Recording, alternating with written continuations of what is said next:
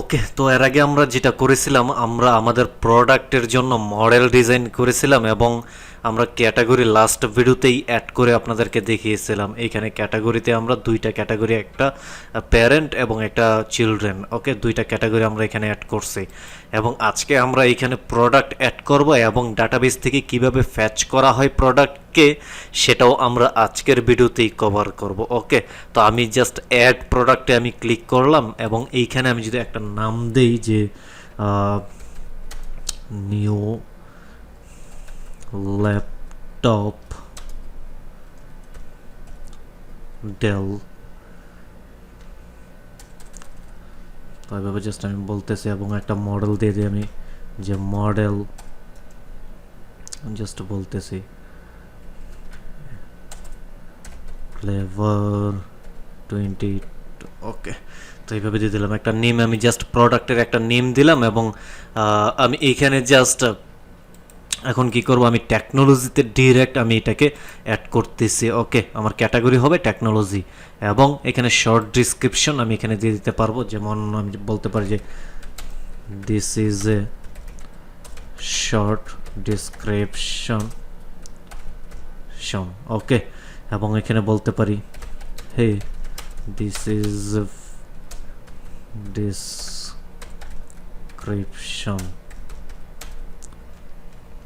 এবং ইমেজ আমাদের যেহেতু মাস্ট বি দিতেই হবে, তো আমি ইমেজ একটা এখান থেকে সিলেক্ট করতেছি এবং এইখান থেকে এটা আমি সিলেক্ট করতেছি। ওকে, এবং প্রাইস আকারে আমি জাস্ট 1300 আমি এখানে করে দিতেছি এবং এটা একটা ওল্ড প্রাইস আমি এখানে দিয়ে দিতেছি। তো 1399 আমি এখানে দিয়ে দিলাম এবং এটা আমাদের স্টকে আছে। ওকে, তো আমি এটাকে জাস্ট সেভে দিতেছি এবং ফাইনালি আমি আরও একটা প্রোডাক্ট এখান থেকে অ্যাড করব, কারণ কয়েকটা প্রোডাক্ট অ্যাড না করলে আমি ফ্যাচ করার সময় আপনারা বুঝতে পারবেন না বিষয়গুলো। তো আমি এখানে জাস্ট বলতেছি যে নিউ ব্র্যান্ড অ্যাসেসরিজ, এগুলো আমি রাখতেছি এখানে। তো আমি এখানে মোবাইলে অ্যাড করতেছি এটাকে এবং শর্ট ডিসক্রিপশন এটা রাখতেছি এবং আমি জাস্ট গুগল থেকে লোরাম। ওকে, তো আমি এখান থেকে জাস্ট কিছু ডামি ট্যাক্স আমি এখান থেকে নিয়ে নিতেছি, টেক্সট। ওকে, দেন একটা ইমেজ এখান থেকে আমি সিলেক্ট করব। তো আপনার ক্যাটাগরির ক্ষেত্রে আপনার কি বলে ই কমার্সের ক্ষেত্রে আপনি যত বেশি ক্যাটাগরি যত বেশি প্রোডাক্ট আপনি অ্যাড করবেন তত বেশি ভালো লাগবে আপনার। তো আমি এখানে জাস্ট 375 দিয়ে দিলাম এবং এটার ওল্ড প্রাইস নাই। ওকে, আমি এবং সেভে ক্লিক করলাম এবং আমার এটা সেভ হয়ে গেছে। ওকে, আমাদের ডাটাবেজে দুইটা প্রোডাক্ট আছে এখন। ওকে, দুইটা প্রোডাক্ট আছে এবং এইগুলো আমরা কি করব এখন, এইগুলো আমরা এখন আমাদের ইন্ডেক্সে শো করাবো। আমাদের যে টেমপ্লেট আছে ওই টেমপ্লেটে আমরা এগুলো ফ্যাচ করব। যেমন এইটা হচ্ছে আমাদের কি, এটা এক্সপ্লোর পপুলার ক্যাটাগরিজ। ওকে, এটা হচ্ছে ক্যাটাগরিজের সেকশন এবং এটা হচ্ছে আমাদের প্রোডাক্টের সেকশন। তো আমরা এইখানে আমাদের প্রোডাক্টগুলোকে শো করাবো। ওকে, তো সেটা করার জন্য আমরা কোথায় যেতে হবে, আমাদের ভিউতে যেতে হবে। তো আমি মডেলটাকে ক্লোজ করে দিলাম। এটা হচ্ছে আমাদের হোম পেজের ফাংশন। তো এইখানে আমরা আমি যেহেতু একটা জাস্ট টেমপ্লেট রেন্ডারিং করে দেখিয়েছি, সেই ক্ষেত্রে আমি এটাকে ফাংশন ইউজ করতেছি। বাট আমরা হোম পেজের জন্য কি করব, আমরা ফাংশনাল ভিউ আমরা ইউজ করব না, আমরা ক্লাস বেসড যে ভিউটা আছে সেটাই আমরা ইউজ করব। এবং এইখানে কিন্তু আমরা ইম্পোর্টও করে ফেলছি লিস্ট এবং ডিটেল ভিউ। ওকে, তো সেটা করার জন্য আমাদের যেটা করতে হবে, এখানে একটা জাস্ট ক্লাস নিতে হবে।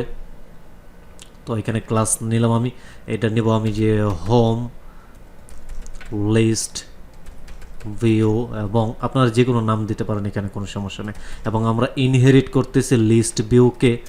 দেন ফাইনালি এখানে দুইটা জিনিস যাবে, যে মডেল ইজ ইকুয়াল, মডেল আমাদের কি হইতেছে, প্রোডাক্ট হবে। তো আমাদের প্রোডাক্টকে ইম্পোর্ট করে নিতে হবে। তো আমি একটা কমেন্ট করতেছি এখানে যে প্রোডাক্ট মডেল ফ্রম store.models থেকে কি করব, ক্যাটাগরি এবং প্রোডাক্ট দুইটাকে আমি ইম্পোর্ট করতেছি। তো আমার মডেল ইজ ইকুয়াল হবে কি, প্রোডাক্ট হবে, যেহেতু প্রোডাক্টের লিস্ট আমরা চাইতেছি এখানে। দেন আমাদের টেমপ্লেট নেম দিয়ে দিতে হবে। তো টেমপ্লেট নেম কি হবে? টেমপ্লেট নেম হবে আমাদের এইটা, এই স্টোর স্ল্যাশ ইন্ডেক্স। তো আমি এটাকে এখান থেকে কাট করে ডিরেক্ট এখানে নিতেছি এবং এই ফাংশনটাকে রিমুভ করে দিতেছি। ওকে, তো এইটা গেল আমাদের দুইটা ফিল্ড।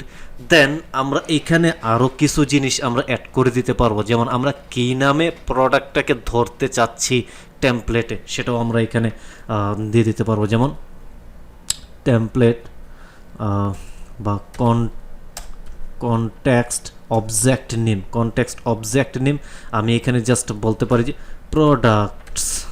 ওকে, প্রোডাক্টস এভাবে আমরা জাস্ট নেম দিয়ে দিতে পারি এবং এই প্রোডাক্টস নেম দিয়ে আমরা টেমপ্লেটে ধরতে পারবো এটাকে। তো কন্ট্রোল এস দিয়ে সেভ করলাম এবং আমাদের ইউআরএলস ডট পাইয়ে কিন্তু এখন আর এই হোম কাজ করবে না। তো এখানে কি করতে হবে? আমাদের বলতে হবে যে হোম লিস্ট ভিউ, এবং যেহেতু এটা ক্লাস বেসড ভিউ সেক্ষেত্রে আমাদের ডট অ্যাজ ভিউ দিতে হবে। ওকে, এভাবে অ্যাজ ভিউ দিতে হবে আমাদের। তো কন্ট্রোল এস দিয়ে সেভ করি এবং আমাদের সার্ভার এখন রিলোডিং হইতেছে। তো যখনই রিলোডিং হয়ে যাবে তখন আমরা যদি এখানে রিলোড করি তাহলে তো প্রথমে আমরা কোনো কিছু দেখতে পারবো না, আমাদের একটা ফ্যাচ করতে হবে, আমাদের ফর লুপ চালাতে হবে টেমপ্লেটে। ওকে, তো আমাদের সার্ভার রান হয়ে গেছে। তো এখন আমরা কি করব? আমাদের টেমপ্লেটে যাব। আমাদের ইন্ডেক্স টেমপ্লেট কোথায়? যে এটা হচ্ছে আমাদের ইন্ডেক্স টেমপ্লেট। তো আমাদের প্রোডাক্টের সেকশন কোথায়? সেখানে আমাদের যেতে হবে এখন। ওকে, এটা হচ্ছে পপুলার ক্যাটাগরিজ এবং এটার নিচেই ছিল আমাদের প্রোডাক্ট। তো একটু নিচে আসি আমরা।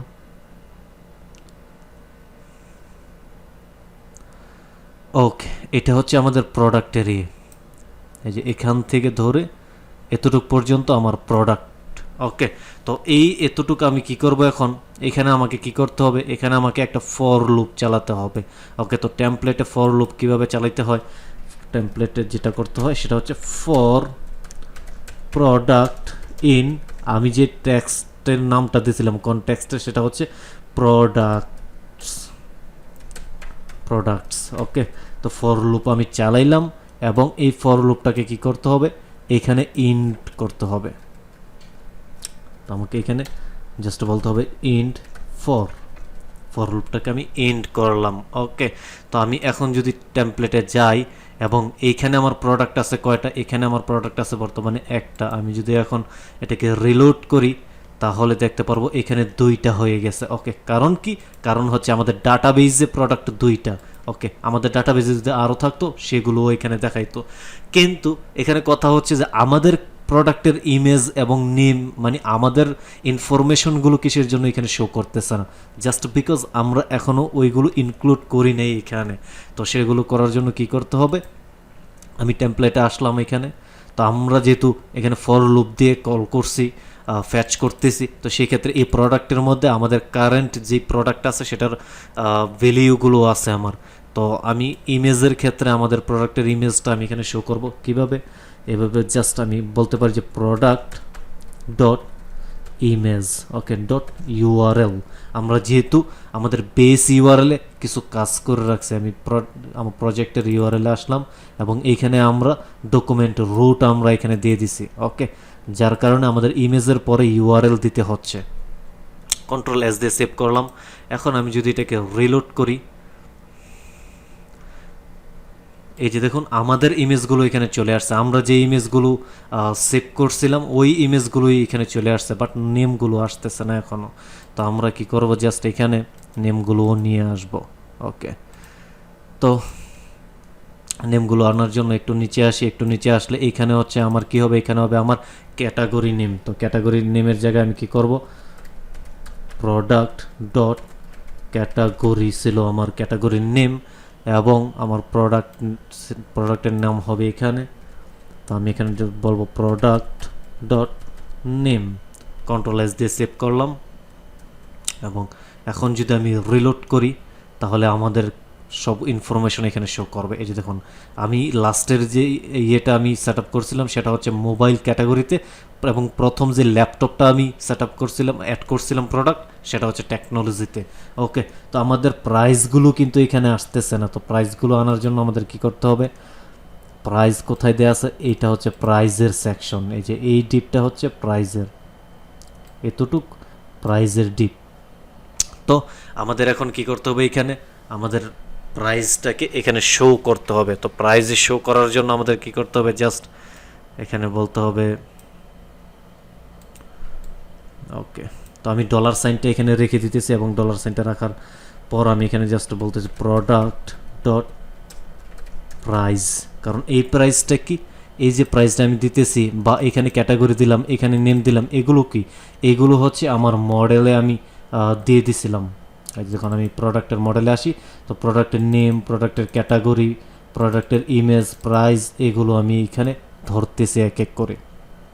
ওকে, তো এখানে প্রাইস আমি দিয়ে দিলাম, কন্ট্রোল এস দিয়ে সেভ করি এবং এখন যদি এখানে এসে রিলোড করি তাহলে আমার সবগুলো শো করবে যে আমার 1300 ছিল আমার ল্যাপটপের প্রাইস এবং 375 ছিল আমাদের নিউ ব্র্যান্ড অ্যাসেসরিজের প্রাইস। ওকে, তো আমার ল্যাপটপে কিন্তু এখানে কিন্তু আমার ওল্ড প্রাইস আছে আমার ল্যাপটপে, তো সেটা আমি কিভাবে এখানে শো করব। ওকে, তো এইখানে নিচে আমি একটা কন্ডিশন দিব। তো টেমপ্লেটে আপনারা এইভাবে কন্ডিশন দিতে পারেন। তো আমি এখানে বলবো যে ইফ যদি product dot old underscore price থাকে, যদি প্রোডাক্টের এই ওল্ড প্রাইস থাকে এবং এই ইফ স্টেটমেন্টটাকে কী করতে হবে, ইন্ড করতে হবে, ইন্ড ইফ। ওকে, এবং এর মাঝখানে আমি কী করব, আমি জাস্ট এইটাকে এনে কপি করলাম আমি একবার এবং এখানে পেস্ট করলাম এই ফর ইফ স্টেটমেন্টের ভিতরে এবং এখানে জাস্ট বলবো old underscore price, control S দিয়ে সেভ করলাম এবং টেমপ্লেটে গিয়ে যদি রিলোড করি তাহলে আমাদের ওল্ড প্রাইস সহ এখানে দেখাবে। ওকে, তো আমার এইখানে আমার নিউ ব্র্যান্ড অ্যাসেসরিতে আমার কোনো ওল্ড প্রাইস ছিল না বিদায় এটা শো করে নাই, বাট আমাদের ল্যাপটপে একটা ওল্ড প্রাইস ছিল এখানে।